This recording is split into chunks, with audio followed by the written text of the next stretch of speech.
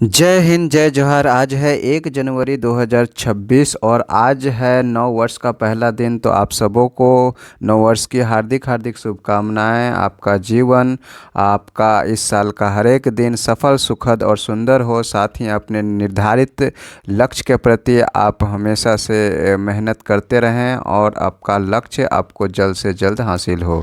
चलिए आज के समाचार खबरों के पत्रों के साथ हम लेकर आए हैं। तो आज के समाचार पत्रों के खास खबर को देखते हैं। तो सबसे पहली खबर है नए साल का पहला दिन। तो नया साल का पहला दिन कई लोगों के लिए नए संकल्प और नए उम्मीदों का अवसर होता है। यह अतीत की बुनियाद पर भविष्य की इमारत खड़ा करने का समय होता है। इस लिहाज से देखें तो साल 2026 का पहला दिन लोगों के लिए कुछ ऐसी खबरें लेकर आया है जिसका सरोकार हमारे सुरक्षित भविष्य और भारत की विकास यात्रा से है। इस क्रम में डीआरडीओ और इसरो की उपलब्धियां हमारे भविष्य को आकार देंगी। तो गीक वर्करों को ज़्यादा कमीशन सामाजिक सुरक्षा को मजबूत बनाएगा। तो डीआरडीओ ने एक ही लॉन्चर से दागी 2 प्रलय मिसाइलें। तो भारत ने बुधवार को उड़ीसा के चांदीपुर में स्थित अब्दुल कलाम द्वीप से स्वदेशी तौर पर विकसित प्रलय मिसाइलों के लगातार 2 सफल परीक्षण किए हैं। इस परीक्षण में डीआरडीओ ने एक ही मोबाइल लॉन्चर से 2 मिसाइलों को बैक टू बैक फायर किया। युद्ध की स्थिति में यह तकनीक गेम चेंजर साबित होती है। जब दुश्मन की तरफ एक साथ 2 या उससे ज़्यादा मिसाइलें एक ही लक्ष्य या अलग अलग लक्ष्यों की ओर बढ़ती हैं तो एयर डिफेंस सिस्टम यानी रक्षा प्रणाली के लिए उन्हें एक साथ रोकना मुश्किल हो जाता है। अगर दुश्मन एक मिसाइल को रोकने की कोशिश करता है तो दूसरी मिसाइल अपना काम कर जाती है। तो उड़ान के दौरान रास्ता बदलकर प्रहार करने में सक्षम है। तो प्रलय एक क्वासी बैलिस्टिक मिसाइल है जो उड़ान के दौरान अपना रास्ता बदलकर दुश्मन के रडार को चकमा देने में सक्षम है। यह आखिरी समय में भी चकमा देकर दुश्मन को बर्बाद कर सकती है। इसे इंटरसेप्ट करना या हवा में मार गिराना बेहद मुश्किल है। परीक्षण के दौरान दोनों मिसाइलों ने अपने लक्ष्य को सटीक तरीके से भेदा और परीक्षण मिशन के सभी लक्ष्यों को 100% पूरा किया। 150 से 500 किलोमीटर तक है मिसाइल की मारक क्षमता। वहीं इस मिसाइल की मारक क्षमता 150 से 500 किलोमीटर तक है। यह अपने साथ 350 से 1000 किलोग्राम तक पारंपरिक हथियार ले जाने में सक्षम है। ठोस ईंधन का उपयोग इस मिसाइल में सॉलिड प्रोपेलेंट यानी ठोस ईंधन का इस्तेमाल किया गया है। युद्ध के मैदान में लिक्विड फ्यूल वाली मिसाइलों को भरने में समय लगता है, लेकिन सॉलिड फ्यूल वाली मिसाइलें रेडी टू फायर मोड में होती है। मिसाइल का विकास पूरा यह परीक्षण यूजर इवैल्यूएशन ट्रायल्स का हिस्सा है। तो यह परीक्षण यूजर इवैल्यूएशन ट्रायल्स का एक हिस्सा था।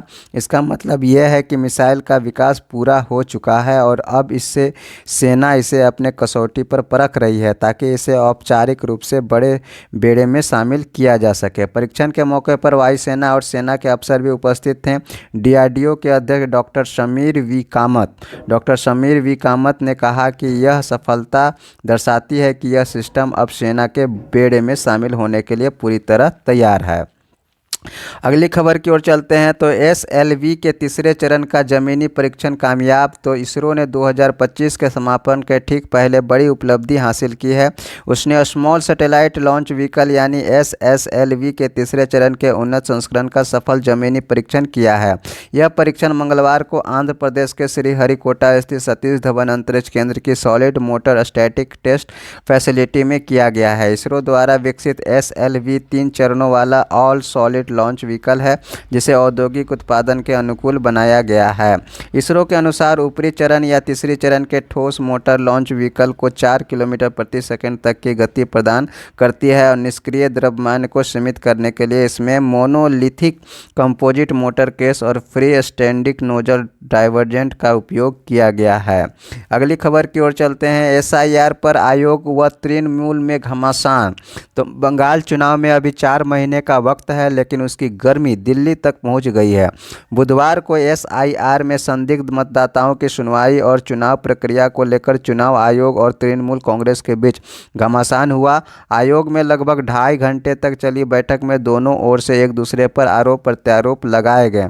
तृणमूल कांग्रेस के सांसद और ममता बनर्जी के भतीजे अभिषेक बनर्जी संदिग्ध मतदाताओं की सुनवाई के दौरान BLA 2 की मौजूदगी पर अड़ गए। वहीं चुनाव आयोग ने साफ कर दिया कि चुनावी प्रक्रिया में शामिल किसी भी कर्मचारी अधिकारी को डराने धमकाने पर कड़ी कार्रवाई की जाएगी। बंगाल में सांसदों विधायकों को सप्ताह में 4 दिन निर्वाचन क्षेत्र में रहना होगा, कहना है शाह यानी अमित शाह का। तो भाजपा का मिशन बंगाल शुरू हो चुका है। केंद्रीय गृह मंत्री अमित शाह ने बुधवार को बंगाल के भाजपा सांसदों विधायकों को निर्देश दिया कि वे अपने जनसंपर्क क्षमता को मजबूत करने के लिए सप्ताह में कम से कम 4 दिन क्षेत्र में बिताएं और प्रतिदिन कम से कम 5 नुक्कड़ सभाओं में भाग लें। आगामी चुनाव के लिए टिकट पाने की पात्रता हासिल करने के लिए नेताओं को अगले 2 महीनों में पार्टी के सामने अपनी उपयोगिता साबित करने को भी कहा गया है। पहली बार सेना की पशु टुकड़ी दिखाएंगी गणतंत्र दिवस पर करतब। तो इस साल गणतंत्र दिवस के अवसर पर भारत एक दुर्लभ दृश्य का साक्षी बनेगा। भारतीय सेना के पशुओं की टुकड़ी पहली बार गंतव्य पथ पर मार्च करेगी। भारतीय सेना के रिमाउंट एवं वेटरनरी कोर का एक विशेष रूप से तैयार किया गया पशु दस्ता प्रदर्शित किया जाएगा, जो देश की सबसे चुनौतीपूर्ण सीमाओं की रक्षा में इनकी महत्वपूर्ण भूमिका को उजागर करेगा। 100 mg से अधिक मात्रा वाली दर्द निवारक नेमुसलाइड दवा पर प्रतिबंध हो गया है। तो केंद्र सरकार ने आम दर्द निवारक दवा नेमुसलाइड की 100 ग्राम से अधिक मात्रा वाली गोलियों के उत्पादन, बिक्री और वितरण पर प्रतिबंध लगा दिया गया है। यह प्रतिबंध सोमवार से लागू हो गया है। हरियाणा और महाराष्ट्र में नए DGP नियुक्त। तो पैनल में दूसरे नंबर पर है अजय सिंघल को हरियाणा पुलिस की कमान मिली है। तो वरिष्ठ IPS अधिकारी अजय सिंघल हरियाणा के नए पुलिस महानिदेशक होंगे। वहीं सिंघल नए साल यानी 1 जनवरी को अपना पदभार संभालेंगे। नए DGP का कार्यकाल 2 वर्ष का होगा। मुंबई हमले के दौरान नायक रूप में उभरे सदानंद दाते महाराष्ट्र के नए DGP होंगे। वहीं भारतीय पुलिस सेवा IPS के वरिष्ठ अधिकारी सदानंद दाते को महाराष्ट्र सरकार ने राज्य का नया पुलिस महानिदेशक बनाया है। CJI सूर्यकांत पहली बार सर्दी की छुट्टियों में सुनवाई की। प्रधान न्यायाधीश जस्टिस सूर्यकांत की अध्यक्षता में सुप्रीम कोर्ट ने पहली बार अवकाशकालीन पीठ का गठन किया है। साथ ही तत्काल न्यायिक हस्तक्षेप वाले जीवन व स्वतंत्रता से संबंधित मामलों की CJI सूर्यकांत ने 2 बार सुनवाई की। बंगाल को मिली पहली महिला मुख्य सचिव। तो बंगाल की ममता बनर्जी सरकार ने नए साल से पहले राज्य के प्रशासनिक ढांचे में एक ऐतिहासिक बदलाव किया है। 1994 बैच की IAS अधिकारी नंदिनी चक्रवर्ती को राज्य का नया मुख्य सचिव नियुक्त किया गया है। वह निवर्तमान मुख्य सचिव मनोज पंत का स्थान लेंगी, जिनका कार्यकाल 31 दिसंबर यानी बुधवार को समाप्त हो गया है। अगली खबर की ओर चलते हैं। तो SIR, वक्फ कानून सहित कई मामलों पर रहेगी निगाह। तो नया वर्ष सुप्रीम कोर्ट के लिए भी अहम होगा। सुप्रीम कोर्ट में मतदाता सूची के विशेष सघन पुनरीक्षण, SIR, राजद्रोह, वक्फ कानून, ऑनलाइन गेमिंग, महिलाओं के धार्मिक स्थलों में प्रवेश पर पाबंदी, मुसलमानों में प्रचलित विभिन्न तरह के तलाक में मनमानी रवैया, आवारा कुत्तों का आतंक जैसे कई संपूर्ण मामले लंबित हैं। इन पर इस वर्ष लोगों की निगाह रहेगी। इन मामलों में आने वाले फैसले कानूनी और सामाजिक रूप से व्यापक प्रभाव डालने वाले होंगे। अगली खबर की ओर चलते हैं। तो माओवाद के खात्मे के साथ सरकार बनाएगी विकास का विश्वास सेतु। धरातल पर सुशासन के लिए केंद्र करेगा पेशा क्रियान्वयन की निगरानी। सुरक्षित होंगे जनजातीय वर्ग के जल, जंगल, जमीन के अधिकार। पंचायत स्तर पर बन सकेंगे सुधार के रोड मैप। तो गृह मंत्री अमित शाह का दावा है कि 5 मार्च 2026 तक देश को पूरी तरह से माओवाद से मुक्त कर दिया जाएगा। इसके समानांतर ही मोदी सरकार ने आदिवासी बहुल उन राज्यों में विकास का विश्वास सेतु मजबूत करने की प्रक्रिया को तेज कर दिया है जो पंचायत अनुसूचित क्षेत्रों में विस्तार अधिनियम 1996 यानी पेशा कानून के दायरे में आते हैं। यह कानून तो 1996 में ही बन गया था, लेकिन इसे लागू कराने में सबसे अधिक सक्रियता में से वर्तमान केंद्र सरकार ने ही काम किया। अब इसी दिशा में महत्वपूर्ण कदम उठाते हुए पंचायती राज मंत्रालय ने कुल 100 अंकों के संकेतक तय कर दिए हैं, जिसे माध्यम से इन 10 राज्यों में पेशा कानून का प्रभावी क्रियान्वयन करते हुए सुशासन को धरातल पर उतारा जाए। अवैध गिरफ्तारी के खिलाफ दायर याचिका नहीं सुनेगा सुप्रीम कोर्ट। वहीं अंतिम दिन भी नौकरी ज्वाइन करने नहीं पहुंची डॉक्टर नुसरत परवीन। अगली खबर की ओर चलते हैं। तो स्वास्थ्य सुविधाओं के ढांचे का हो रहा विस्तार। तो 42 करोड़ से अधिक आयुष्मान कार्ड जारी किए गए अक्टूबर 2025 तक। 86 लाख से अधिक वरिष्ठ नागरिकों को जोड़ा गया स्कीम से, तो 1 करोड़ गिग वर्कर्स को भी कवर किया गया स्कीम में। 1.52 लाख करोड़ खर्च बचा है परिवारों का आयुष्मान भारत स्कीम से अब तक। तो केंद्र व राज्य सरकारों का स्वास्थ्य व्यय जीडीपी के मुकाबले तो 2024-25 में 2.5% रहा। लक्ष्य रखा है सरकार ने। आर्थिक सर्वेक्षण 2023-24 का ये आंकड़ा है। तो मेडिकल शिक्षा का विस्तार, 10,023 नई मेडिकल सीटें मंजूर की भारत सरकार ने 2025 में, और 75,000 नई मेडिकल सीटें जोड़ने का लक्ष्य है अगले 5 वर्ष में। 808 हो गई है मेडिकल कॉलेज की संख्या 2025 में, और 15,023 करोड़ का खर्च आएगा नए मेडिकल सीटों पर। तो इस प्रकार से अगले खबर की ओर चलते हैं। बाहरी चुनौतियों के बावजूद भारत की वित्तीय प्रणाली मजबूत है। नए वर्ष 2026 के आगमन से ठीक पहले आरबीआई गवर्नर संजय मल्होत्रा ने चेतावनी दी है कि आगामी वर्ष अनिश्चितताओं से भरा हुआ रहेगा, लेकिन भारतीय इकोनॉमी और वित्तीय व्यवस्था पूरी तरह से मजबूत हैं। आरबीआई ने बुधवार को जारी वित्तीय स्थिरता रिपोर्ट यानी FSR यह बात कही। उन्होंने वैश्विक चुनौतियों के बीच भारत की मजबूत स्थिति को रेखांकित करते हुए कहा कि वर्ष 2025 का वर्ष भू राजनीतिक संघर्षों, व्यापार तनाव और नीतिगत अनिश्चितताओं से चुनौतीपूर्ण रहा, और इसका असर वैश्विक अर्थव्यवस्था और वित्तीय प्रणाली पर भी दिखाई दिया। हालांकि इसके बावजूद विश्व अर्थव्यवस्था अपेक्षा से अधिक मजबूत साबित हुई और वित्तीय प्रणाली भी स्थिर रही। हालांकि 2026 और इसके बाद की स्थिति अनिश्चितताओं से भरी साबित हो सकती है। एक साल में 33.84 लाख करोड़ बढ़ी निवेशकों की संपत्ति। तो साल 2025 को शेयर बाजार ने दी जोरदार विदाई। BSE का बेंचमार्क सेंसेक्स में 545 तो निफ्टी में 190 अंकों का उछाल। तो साल 2025 का शेयर बाजार ने जोरदार विदाई दी। घरेलू संस्थागत निवेशकों यानी DII का साथ मिलने से सेंसेक्स और निफ्टी करीब 1% तक चढ़ गए हैं। पूरे वर्ष की बात करें तो सेंसेक्स 7,081.59 अंक या 9% बढ़ा, और निफ्टी में 2,484.8 अंक यानी 10.50% की तेजी दर्ज की गई है। लखनवी रेवड़ी के GI टैग का रास्ता साफ बनेगी वैश्विक पहचान। तो चारबाग रेलवे स्टेशन पर ट्रेन रुकते ही रेवड़ी खुशबूदार जायकेदार रेवड़ी लखनऊ की मशहूर रेवड़ी की गूंज सुनाई देने लगती है। जो लोग मिठाई के शौकीन नहीं हैं वे भी इस जायके को चखने के लिए मजबूर हो जाते हैं। तो लखनऊ की इस प्रसिद्ध मिठाई की अब वैश्विक पहचान बनने जा रही है, क्योंकि यहाँ की रेवड़ी को जियोग्राफिकल इंडिकेशन यानी GI टैग का आवेदन स्वीकृत हो गया है। दिसंबर में 66 उत्पादों के GI टैग के लिए हुए हैं आवेदन। इनमें कानपुर का बुकनू और मेरठ की गजक भी शामिल है।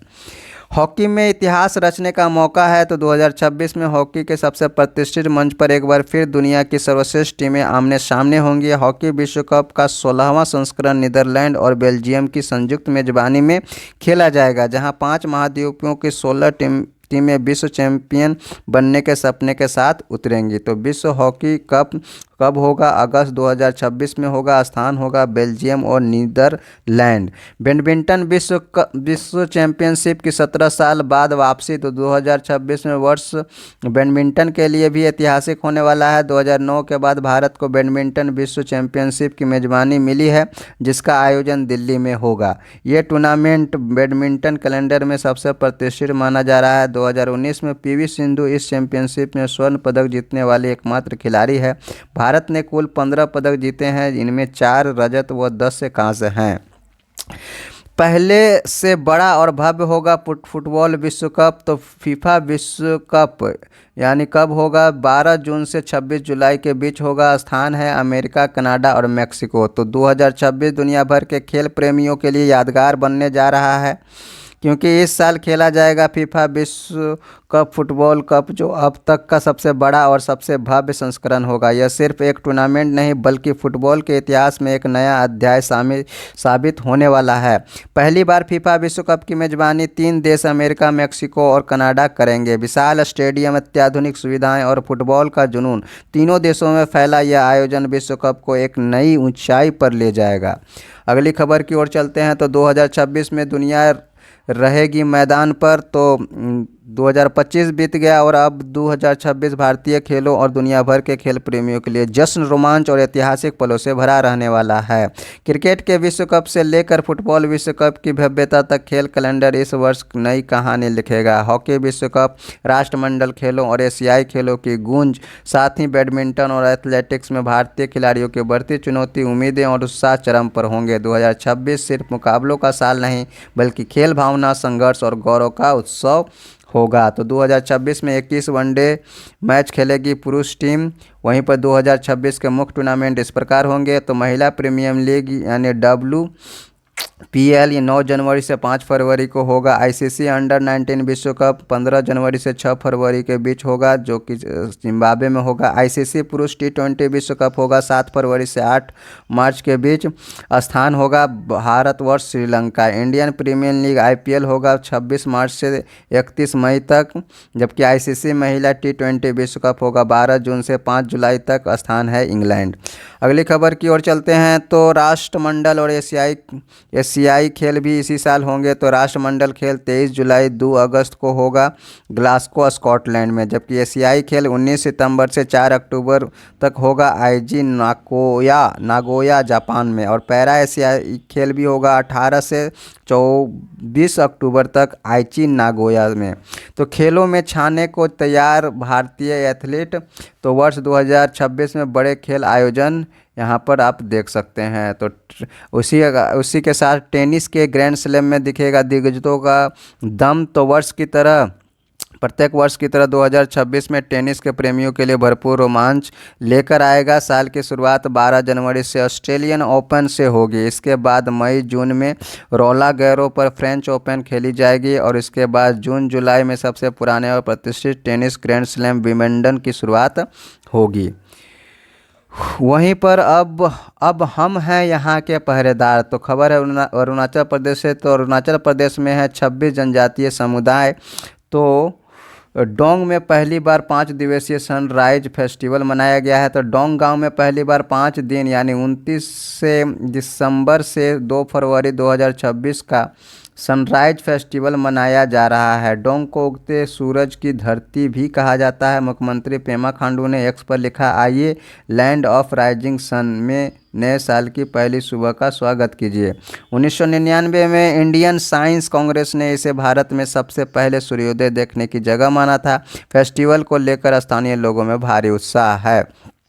अगली खबर की ओर चलते हैं। तो अरुणाचल के पहाड़ पर बदलाव के पीछे का नाम है छोछची मियोर और तकनीकी प्रेरणा भारत चीन सीमा से रिपोर्ट। 1962 में 303 से लड़े हम अब हो गए हाइपर ड्रोन से लैस। खबर है अरुणाचल से। नमक के रेगिस्तान से उठ रहा ऊर्जा का तूफान। तो ये तस्वीर है गुजरात के कच्छ में फैले विशाल नमक के रेगिस्तान की है, जिसे यहाँ के लोग रोड थ्रू हेवंस भी कहते हैं। सड़क के दोनों ओर का नज़ारा बर्फ़ का नहीं नमक का है और नमक को कच्ची बोली में रन कहते हैं। यहाँ चल रहे रन उत्सव को लेकर पर्यटकों का उत्साह चरम पर है, जहाँ दुनिया भर से सैलानी आ रहे हैं। तो आप देख सकते हैं ये क्या है, नमक का जो है परत है। तो कच्छ का रन यानी गुजरात साल का पहला सूर्योदय होगा 7:30 बजे सुबह। ऐसा रेगिस्तान जहाँ के खेतों से निकलता है देश का नमक। तो जी हाँ, तो कच्छ का रन नमक का रेगिस्तान हड़प्पा से भी सदियों पुरानी करीब 9000 साल पहले मानव सभ्यता की निशानदेही करने वाला यह इलाका मानवीय प्रेरणा की मिसाल है। भूकंप, बाढ़ और नमक का रेगिस्तान मतलब हर तरह की प्राकृतिक आपदाओं के बाद भी कच्छ के रहने वाले ने न तो हौसला कम हुआ न ही जिज्ञासा। इस इलाके से यहाँ का स्थानीय अगरिया समुदाय देश में खपत होने वाला 80% से अधिक नमक इसी रन से निकलता है। चांद से भी दिखेगा रन में बन रहा दुनिया का सबसे बड़ा सौर और पवन चक्की ऊर्जा पार्क। तो तकनीक से कच्छ के रन का इतिहास और भूगोल दोनों को बदल दिया। देश में नमक की ज़रूरतों को पूरा करने वाला कच्छ का रन अब भारत का सौर ऊर्जा केंद्र बन गया है। तो संबलपुर आयुक्त की रिपोर्ट में छिपा हुआ है खरसावां गोलीकांड का सच। तो प्रभात खबर की आज की मुख्य पृष्ठ का पहली खबर है, पहली बार खरसावां गोलीकांड की पूरी पड़ताल प्रभात खबर में। तो 1 जनवरी 1948 यानी भारत जब आज़ाद हुआ था उसके एक साल में ही खरसावा में पुलिस फायरिंग में सैकड़ों आदिवासी मारे गए थे। इसे आज़ाद भारत का जालियांवाला बाग कांड भी कहा जाता है। गोलीकांड के 78 साल बाद भी आज तक यह पता नहीं चल सका कि कितने आदिवासी शहीद हुए थे। उन दिनों के अखबारों ने सरकारी बयानों के आधार पर सिर्फ 35 आदिवासी के मारे जाने की खबर छपी थी, जबकि जयपाल सिंह ने 1000 और पीके देव ने अपनी पुस्तक में 2000 आदिवासियों के शहीद होने की बात कही थी। तो आज उन सारे शहीदों को, शहीद होने वाले सैकड़ों हजारों आदिवासियों को भावपूर्ण श्रद्धांजलि हम लोग इस वीडियो के माध्यम से देते हैं।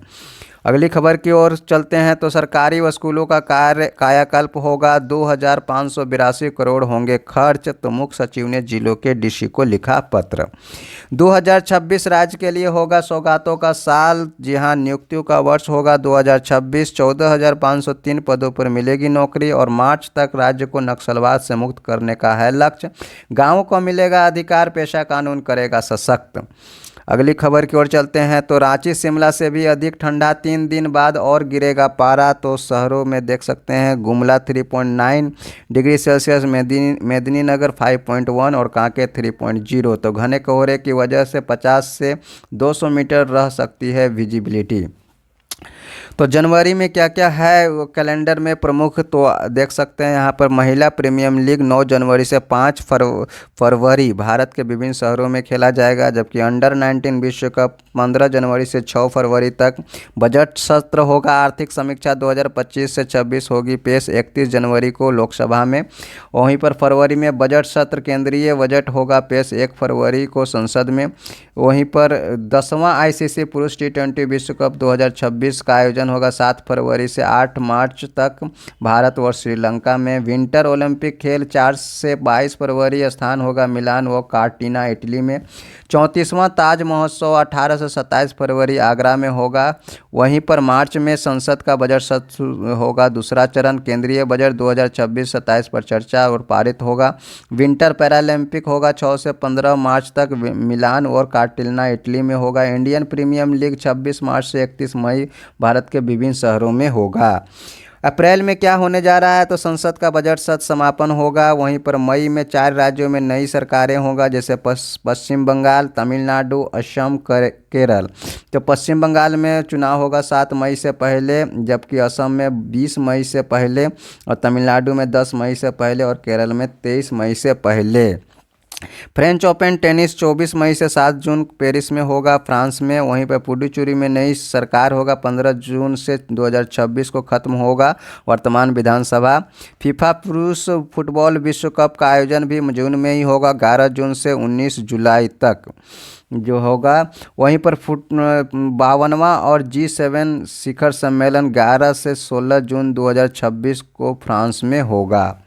वहीं पर जुलाई के लिए नाटो शिखर सम्मेलन 7 जुलाई से 8 जुलाई के बीच अंकारा तुर्की में होगा। वहीं पर 35वां कॉमनवेल्थ गेम 23 जुलाई से 2 अगस्त 2026 ग्लासगो स्कॉटलैंड में होगा। अगस्त में US ओपन टेनिस होगा 30 अगस्त से 13 सितंबर न्यूयॉर्क अमेरिका में। वहीं पर सितंबर में 20वां एशियाई खेल 29 सितंबर से 4 अक्टूबर नागोया जापान में होगा, जबकि अक्टूबर में यूथ ओलंपिक गेम्स होगा। 31 अक्टूबर से 13 नवंबर डकार यानी सेनेगल में होगा। यह ग्रीष्मकालीन युवा ओलंपिक खेलों का 4था संस्करण है। वहीं पर नवंबर में 28वीं राष्ट्रमंडल शासनाध्यक्षों की बैठक होगा। तो 1 से 4 नवंबर को एंटीगुआ और बारबुडा में। यह 53 देशों का बड़ा वैश्विक राजनीतिक मंच है। 18वां ब्रिक्स शिखर सम्मेलन भी दिसंबर में होगा। तो वर्ष 2026 के लिए ब्रिक्स की अध्यक्षता संभालेगा भारत, रूस, दक्षिण अफ्रीका, ब्राज़ील और चीन जैसे सदस्य देशों वाले इस समूह के शिखर सम्मेलन की तारीखें और स्थान अंतिम रूप से घोषित होना अभी बाकी है।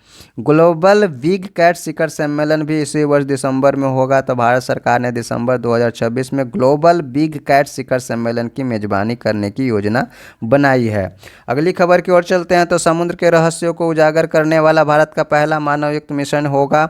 तो भारत चीन तीन तरफ से महासागरों से घिरा हुआ है। ऐसे में यह मिशन देश के भविष्य के लिए बहुउपयोगी साबित होगी। चंद्रयान मिशन की सफलता के बाद भारत गहरे समुद्र की गहराई और उसके संसाधनों की खोज के लिए साल 2026 में समुद्रयान मिशन शुरू करने जा रहा है। यह समुद्र के रहस्यों को उजागर करने वाला भारत का पहला मानवयुक्त मिशन होगा। इस मिशन में पनडुब्बी 3 वैज्ञानिकों को 6000 मीटर की गहराई तक ले जाएगी। अगली खबर की ओर चलते हैं। ऑटोनोमस जहाज। इस दिशा में एआई की मदद से सारोनिक टेक्नोलॉजी जैसे कंपनियां ऑटोनोमस सरफेस जहाज का निर्माण कर रही है। समुद्र में बिना ड्राइवर और बिना क्रू के चलने वाले कार्गो जहाज का होगा ट्रायल। नेटवर्क की दिक्कत से मिलेगी मुक्ति। सीधे सैटेलाइट से कनेक्ट होगा फ़ोन। तो कनेक्टिविटी सैटेलाइट नेटवर्क अंतरिक्ष में सेल फोन टावर की तरह करेंगे। वो फेज्ड एरे एंटीना से 5G चिप को सिग्नल भेजेगा। हेवन 1 पहला कॉमर्शियल स्पेस स्टेशन होगा लॉन्च। कॉमर्शियल स्पेस स्टेशन वर्ष 2026 में दुनिया का पहला पूरी तरह commercial space station heaven 1 launch होने जा रहा है। डिसैलिनेशन प्लांट डिसैलिनेशन प्लांट यानी पॉलीशीन के डिसैलिनेशन प्लांट में लगा एक पॉड प्रतिदिन करीब 37,000 लोगों के लिए साफ पानी का उत्पादन कर सकता है। समुद्र का खारा पानी भी बनेगा पीने योग्य। नॉर्वे में लग रहा है पहला प्लांट। घर से लेकर खेत तक इंसान के साथ कदम ताल करेंगे ह्यूमैनॉइड रोबोट। वहीं पर जिन सोनीपत रूट पर नियमित रूप से चलने लगेंगे हाइड्रोजन ट्रेन। वहीं पर पशु संचार के अंतर्गत एआई की मदद से जानवरों की भाषा समझ पाने में कामयाबी की उम्मीद। आदित्य L1 अधिक स्पष्टता से करेगा सूर्य का अध्ययन, खुलेगी नई राह। तो ये था आज के समाचार पत्रों के खास खबर। हर रोज़ के समाचार पत्रों के खास खबर जानने के लिए हमारे चैनल से जुड़ें। और यदि आप जेपीएससी, यूपीएससी या अदर पीसीएस एग्ज़ाम्स के एस्पायरेंट हैं तो इस चैनल पर जो है अध्याय सिलेबस वार और चैप्टर वाइज जो है क्लासेस आपको दी जाती है, जो कि बिल्कुल फ्री है, जो कि आपके तैयारी में एक मददगार साबित हो सकता है। तो इस चैनल को आप सब्सक्राइब करें और ज़्यादा से ज़्यादा ज़रूरतमंद लोगों तक शेयर करें। मिलते हैं अगले वीडियो में, तब तक के लिए जय हिंद, जय जोहार।